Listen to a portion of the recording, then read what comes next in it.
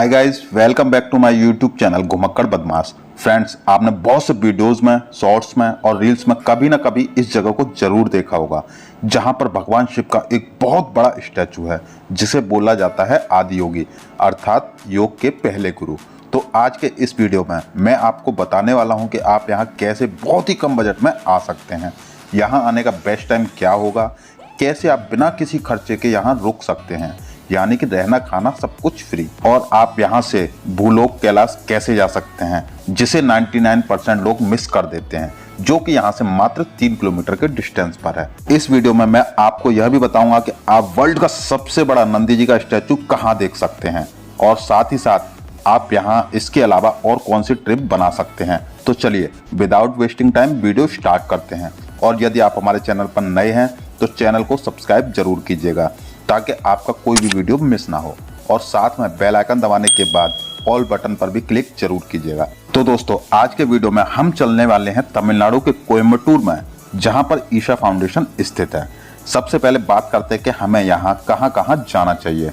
तो जब आप बस या टैक्सी से उतरेंगे तो आपको सबसे पहले 300 से 400 मीटर पैदल वॉक करके जाना पड़ेगा आदि योगी। और यदि आपके साथ बुजुर्ग या छोटे बच्चे हैं तो आप यहां से बुलक कार्ड ले सकते हैं, यानी कि बैलगाड़ी, जो कि मात्र 10 रुपये पर पर्सन लेते हैं। अब आप फाइनली पार्किंग को क्रॉस करते हुए जब ईशा फाउंडेशन पहुंच जाएंगे तो आपको सबसे पहले यहां पर एक बोर्ड दिखाई देगा, जिसके राइट हैंड साइड में लिखा हुआ है आदि योगी और लेफ्ट हैंड साइड में लिखा हुआ है ध्यान लिंगा ज्योतिर्लिंग। तो सबसे पहले हम दर्शन करते हैं आदि योगी के। यहाँ आप भोलेनाथ की एक भव्य प्रतिमा देख सकते हैं, यानी कि आदि योगी जी की, जो कि 112 फीट ऊंची प्रतिमा है। यहाँ आप देख सकते हैं कि इनका प्रांगण बहुत ही बड़ा है। यहाँ चारों तरफ हिल एरिया के बीच में हमारे महादेव जी हैं, यानी कि आदि योगी। यह दृश्य हर किसी का मन मोह लेता है और अपनी ओर आकर्षित कर ही लेता है। इस दृश्य को शब्दों में बयान नहीं किया जा सकता, बहुत ही प्यारा नजारा है। यहाँ का कैंपस इतना बड़ा और खूबसूरत है कि यहाँ पर लोगों की शूटिंग ही चलती रहती है। साथ ही साथ शॉर्ट फिल्म मेकर भी यहाँ पर आकर शूटिंग करते हैं। अब आप यहाँ आदि योगी जी के दर्शन कीजिए, फोटो शूट कराइए, मत्था टेकिए और इनकी परिक्रमा भी अवश्य लगाइए। और यदि आप अपने नाम पर या किसी भी तरीके की कोई पूजा अर्चना कराना चाहते हैं तो आप यहाँ पर पंडित जी से बोलकर पूजा अर्चना भी करा सकते हैं। आदि योगी के पीछे ईशा फाउंडेशन का आश्रम है। यहीं आश्रम में आप ध्यान लिंगा और लिंग भैरवी मंदिर के दर्शन कर सकते हैं। इनके दर्शन के बिना आप यहाँ से बिल्कुल भी न जाएं। यहाँ कैमरा अंदर ले जाना अलाउ नहीं है। तो आप सबसे पहले अपना मोबाइल, कैमरा, पर्स, बेल्ट यहाँ पर स्थित निःशुल्क काउंटर पर जमा कराने के बाद टोकन ले लें। उसके बाद आप दर्शन करने जाएं। ये जो आपको सामने गेट दिखाई दे रहा है, ये है आश्रम का मेन गेट, और इसी के अंदर से आपको अंदर जाना है। जैसे ही आप गेट से एंटर करोगे तो सबसे पहले आपको कुछ स्टॉल्स और मार्केट दिखाई देगा, और आपको कैफेटेरिया भी दिखेगा। उसके बाद जब आप आगे की तरफ जाएंगे तो आपको मिलेगा सूर्य कुंड। सूर्य कुंड वो जगह है जहां पर पुरुष स्नान करके ध्यान लिंग के दर्शन करने के लिए जाते हैं। सूर्य कुंड के बगल में ही आपको चंद्रकुंड दिखाई देगा, जहां पर महिलाएं स्नान करने के बाद दर्शन के लिए जाती हैं। और फिर जब आप स्नान करके थोड़ा आगे आएंगे तो आपको एक बहुत ही बड़ा नंदी जी का स्टैचू मिलेगा। ऐसा कहा जाता है कि यह नंदी जी का स्टैचू वर्ल्ड का सबसे बड़ा नंदी जी का स्टैचू है। इसी स्टैचू के ठीक सामने आप ध्यान लिंग का शिवलिंग देख सकते हैं। आप चाहें तो कुछ समय यहाँ ध्यान के लिए बैठ सकते हैं। यहाँ ध्यान करने से आपके दिल को बहुत ही ज्यादा सुकून मिलेगा। ध्यान करने के बाद जब आप मंदिर से बाहर आएंगे तो आपको थोड़ा और पीछे जाने पर लिंग भैरवी मंदिर दिखेगा। आप वहां भी दर्शन अवश्य कीजिएगा। इसके आगे सतगुरु जी का आश्रम है, जहां पर ऑफिसेज, कॉटेजेस और मेडिटेशन की बहुत सारी चीजें हैं। अब आप रिटर्न आश्रम से बाहर आ सकते हैं। यहाँ आश्रम के गेट के बाहर ही आपको रेस्टोरेंट और एटीएम भी मिल जाएगा। यहाँ आपको एक नर्सरी भी देखने को मिलेगी। आपको यहाँ इन सबको विजिट करने में 5 से 6 घंटे का समय लग जाएगा। इसीलिए मैं आपको सजेस्ट करूंगा कि आप यहाँ मॉर्निंग में जल्दी से जल्दी आ जाइए, ताकि आप अच्छे से दर्शन कर सकें और यहाँ के व्यूज को एंजॉय कर सकें। अब बात करते हैं यहाँ आने का बेस्ट टाइम कौन सा है। तो आप यहाँ मार्च से मई के बीच में आएँ। यहाँ पर महाशिवरात्रि पर बहुत ही बड़ा पर्व होता है। शिवरात्रि के टाइम ये आश्रम 3 दिन एकदम मेले जैसा दिखाई देता है। 3 दिन यहाँ सिर्फ कल्चरल प्रोग्राम होते हैं। यहीं पास में वेलिंगिरी पर्वत है जो कि यहाँ से 3 किलोमीटर के डिस्टेंस पर है। ये वेलिंगिरी पर्वत तमिलनाडु का सबसे बड़ा तीर्थ स्थान है। इसे भूलोक कैलाश या दक्षिण कैलाश कहा जाता है। यहाँ भगवान शिव का बहुत प्राचीन तथा बहुत बड़ा मंदिर है जिसकी यात्रा सिर्फ फरवरी से मई के बीच में होती है। इसीलिए यहाँ आने का बेस्ट टाइम वही होगा क्योंकि उस समय आप वेलिंगिरी यात्रा भी कर लेंगे और साथ में ईशा फाउंडेशन को भी आप देख लेंगे और साथ में यहाँ की महाशिवरात्रि को भी अटेंड कर लेंगे। वैसे आप पूरे साल में कभी भी आ सकते हैं। अब बात करते हैं कि यहाँ स्टे की क्या व्यवस्था है। तो जब आप कोयम्बटूर रेलवे स्टेशन के बाहर आएंगे तो आपको ढेर सारे बजट होटल देखने को मिल जाएंगे। अगर होटल्स के रेट्स की बात करूं तो यहाँ पर होटल 700-800 रुपए से स्टार्ट हो जाते हैं जो 2 से 2,500 रुपए तक जाते हैं।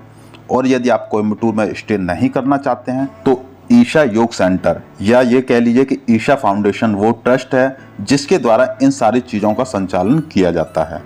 ईशा फाउंडेशन वो स्थान है जहां पर हमको आदियोगी की भव्य प्रतिमा देखने को मिलेगी। तो आप चाहें तो यहाँ भी स्टे कर सकते हैं। उसके लिए आपको कम से कम 3 से 4 हफ्ते पहले अपनी यात्रा डेट्स के साथ इनकी ऑफिशियल मेल आईडी पर मेल करना होगा जिसका रिप्लाई आपको उनके द्वारा बहुत ही जल्द दिया जाएगा। और यहाँ के रेट्स भी बहुत ही रीजनेबल हैं। आई थिंक 600-700 रुपये या 1,000 रुपये तक आपको यहाँ रूम्स मिल जाएंगे जिसमें आपका दोनों टाइम का सात्विक भोजन भी इंक्लूड रहता है। दोस्तों, ईशा योग केंद्र जाने से पहले आप ईशा योग केंद्र की ऑफिशियल वेबसाइट पर भी अपडेटेड गाइडलाइन जरूर चेक कर लें। और यदि आप रूम बुक करना चाहते हैं तो स्क्रीन पर दी गई डिटेल्स के द्वारा वहाँ रूम भी बुक कर सकते हैं। दोस्तों, अगर आप खर्चा करने में असमर्थ हैं तो आप भोजन करने के लिए ईशा योग केंद्र में भिक्षा हॉल नाम से एक स्थल है, वहां भोजन कर सकते हैं जहां सात्विक भोजन परोसा जाता है। और यहां आप कुछ दिन के लिए विजिटर की जगह वॉलंटियर बनकर भी जा सकते हैं, यानी कि स्वयंसेवी बनकर, जिसमें आपसे किसी भी तरह का कोई भी चार्ज नहीं लिया जाएगा। साथ में वॉलंटियर के रूप में वहां ईशा योग केंद्र की तरफ से चल रहे कार्यक्रमों में उनका हाथ बटाने का भी मौका मिलता है। अगर आप बहुत लंबे समय के लिए ईशा योग केंद्र में रुकने की योजना बना रहे हैं तो आप साधना प्रत प्रोग्राम में हिस्सा ले सकते हैं जो कि एक 7 महीने का कोर्स है जो कि पूरी तरह से फ्री है और साथ में रहने और खाने का भी आपसे कोई भी चार्ज नहीं लिया जाता है। दोस्तों, वॉलंटियर बनने के लिए या साधना पद में हिस्सा लेने के लिए आपको ऑनलाइन फॉर्म भर के रजिस्ट्रेशन कराना अनिवार्य है जिसकी डिटेल आप ऑफिशियल वेबसाइट पर जाकर देख सकते हैं। अब बात करते हैं कि आपको आदियोगी पहुंचना कैसे है। तो यहाँ पहुंचने के लिए आपके पास 3 मेजर ऑप्शन है। पहले ऑप्शन की अगर मैं बात करूँ तो वो है बाई ट्रेन। यदि आप ट्रेन से आना चाहते हैं तो नियरेस्ट रेलवे स्टेशन तमिलनाडु का कोयम्बटूर रेलवे स्टेशन है, यानी कि आपको सबसे पहले अपने सिटी से कोयम्बटूर जंक्शन आना पड़ेगा। उसके बाद आप यहां से आदियोगी पहुंच सकते हैं और ये दूरी मात्र 30 से 31 किलोमीटर है। इस 30-31 किलोमीटर की दूरी को तय करने के लिए भी आपको 2 ऑप्शन मिल जाते हैं। पहला तो ये कि आप किसी भी बस स्टॉप से 14D नंबर की बस ले सकते हैं जो आपको ईशा फाउंडेशन ड्रॉप कर देगी, या फिर आप ऑटो या टैक्सी के थ्रू पहले गांधीपुरम बस स्टैंड पहुंच जाइए जो कि रेलवे स्टेशन से मात्र 10 मिनट की दूरी पर स्थित है। और यहाँ पर ड्रॉप करने का ऑटो वाले आपसे 20 रुपए लेंगे। अब आपको यहाँ से भी 14D नंबर की बस ही पकड़नी है जो कि हर 10-15 मिनट में डिपार्चर होती रहती है, जिसमें आप मात्र 40 से 50 रुपए देकर 1 घंटे में ईशा फाउंडेशन पहुंच जाएंगे। इन बसेस की डिटेल भी आप स्क्रीन पर देख सकते हैं।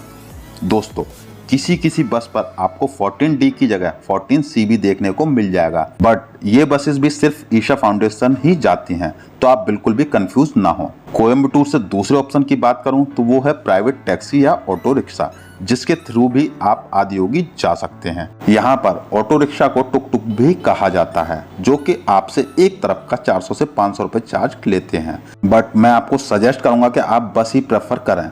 यदि आप ट्रेन से आए हैं तो आप इस तरह से आदियोगी पहुंच सकते हैं। अब बात करते हैं कि यदि आपका माध्यम फ्लाइट है तो आपको पहले कहाँ आना होगा। तो नियरेस्ट एयरपोर्ट कोयम्बटूर एयरपोर्ट ही है जो कि कोयम्बटूर सिटी से लगभग 10 किलोमीटर की दूरी पर स्थित है। तो आप अपने शहर से कोयम्बटूर तक की फ्लाइट देख लीजिए। उसके बाद आप टैक्सी द्वारा कोयम्बटूर सिटी पहुंच सकते हैं और उससे आगे का सफ़र आपको कैसे करना है वो मैं ऑलरेडी डिस्कस कर चुका हूं। अब बात करते हैं थर्ड ऑप्शन की, तो वो है बाई बस। तो आप कोयम्बटूर तक बाई बस भी इजीली आ सकते हैं। यहाँ आपको बसेस की डायरेक्ट कनेक्टिविटी देखने को मिल जाएगी, वो चाहे इंटर स्टेट बस हो या विद इन स्टेट बस हो। यहाँ पर मैं आपको एक महत्वपूर्ण बात और बता देता हूँ, यदि आप कोयम्बटूर तक आ रहे हैं तो आप आदियोगी के साथ ऊटी और कुन्नूर का भी ट्रिप जरूर बनाएं, क्योंकि कोयम्बटूर से ऊटी की दूरी मात्र 85 से 90 किलोमीटर रह जाती है और यहाँ पर चलती है विश्व की सबसे प्रसिद्ध टॉय ट्रेन, जिसमें बैठकर यात्रा करना हर भारतीय का सपना होता है। तो आप मेरा ऊटी टॉय ट्रेन और ऊटी का भी वीडियो अवश्य देख लें, ताकि आपको आपकी यात्रा में कोई भी परेशानी ना आए। और यदि आपको मेरे द्वारा दी गई जानकारी अच्छी लगती है तो प्लीज़ वीडियो को लाइक और शेयर जरूर कीजिएगा। और यदि आप हमारे चैनल पर नए हैं तो चैनल को सब्सक्राइब भी जरूर कीजिएगा, ताकि आपका कोई भी वीडियो मिस ना हो। और साथ ही साथ बेल आइकन को क्लिक करने के बाद ऑल बटन पर भी क्लिक जरूर कीजिएगा, ताकि मैं आपके लिए ऐसे ही मेहनत करके वीडियो लाता रहूं। और वीडियो को लाइक और शेयर करना बिल्कुल भी मिस ना कीजिएगा, क्योंकि आपके लाइक करने से मुझे मोटिवेशन मिलता है। अब बात करते हैं फूड की। यदि आप साउथ इंडिया घूमने आए हैं तो यहाँ का मसाला डोसा, इडली, सांभर जरूर ट्राई करें, क्योंकि जो मसाला डोसा आपको नॉर्थ इंडिया में 100-150 रुपये में मिलता है, वो आपको यहाँ मात्र 20 से 30 रुपये में मिल जाएगा। चलिए दोस्तों, अब लास्ट बात करते हैं कि आदियोगी घूमने के लिए पर पर्सन कॉस्ट कितना पड़ेगा। तो यदि आप 1 नाइट स्टे करते हैं तो मानकर चलिए हार्डली आपका 1000 रुपये पर पर्सन कॉस्ट आएगा, इंक्लूडिंग फूड और स्टे। इस फेयर में मैंने आपका किसी भी तरह का ट्रेन, फ्लाइट, बस का टिकट ऐड नहीं किया है कोयम्बटूर तक का। इसमें मैंने सिर्फ कोयम्बटूर से लेकर कोयम्बटूर वापस आने तक का फेयर ऐड किया है। और यदि आप ऊटी और कुन्नूर का प्लान बनाते हैं तो उसके खर्चे अलग लगेंगे, जिसका वीडियो मैं ऑलरेडी पब्लिश कर चुका हूँ। उस वीडियो का लिंक आपको डिस्क्रिप्शन बॉक्स में मिल जाएगा, या फिर आप एंड स्क्रीन में भी वो वीडियो देख सकते हैं। तो दोस्तों, ये था आदियोगी कोयम्बटूर का संपूर्ण वर्णन। इसके बाद भी अगर आपका कोई डाउट है तो आप मेरी इंस्टा आईडी पर विजिट करके मुझसे पर्सनली पूछ सकते हैं, मैं आपको रिप्लाई ज़रूर दूंगा। आज के वीडियो में फ़िलहाल इतना ही। मिलते हैं फिर नई वीडियो में नई यात्रा के साथ, और वीडियो को पूरा देखने के लिए आपका बहुत बहुत धन्यवाद।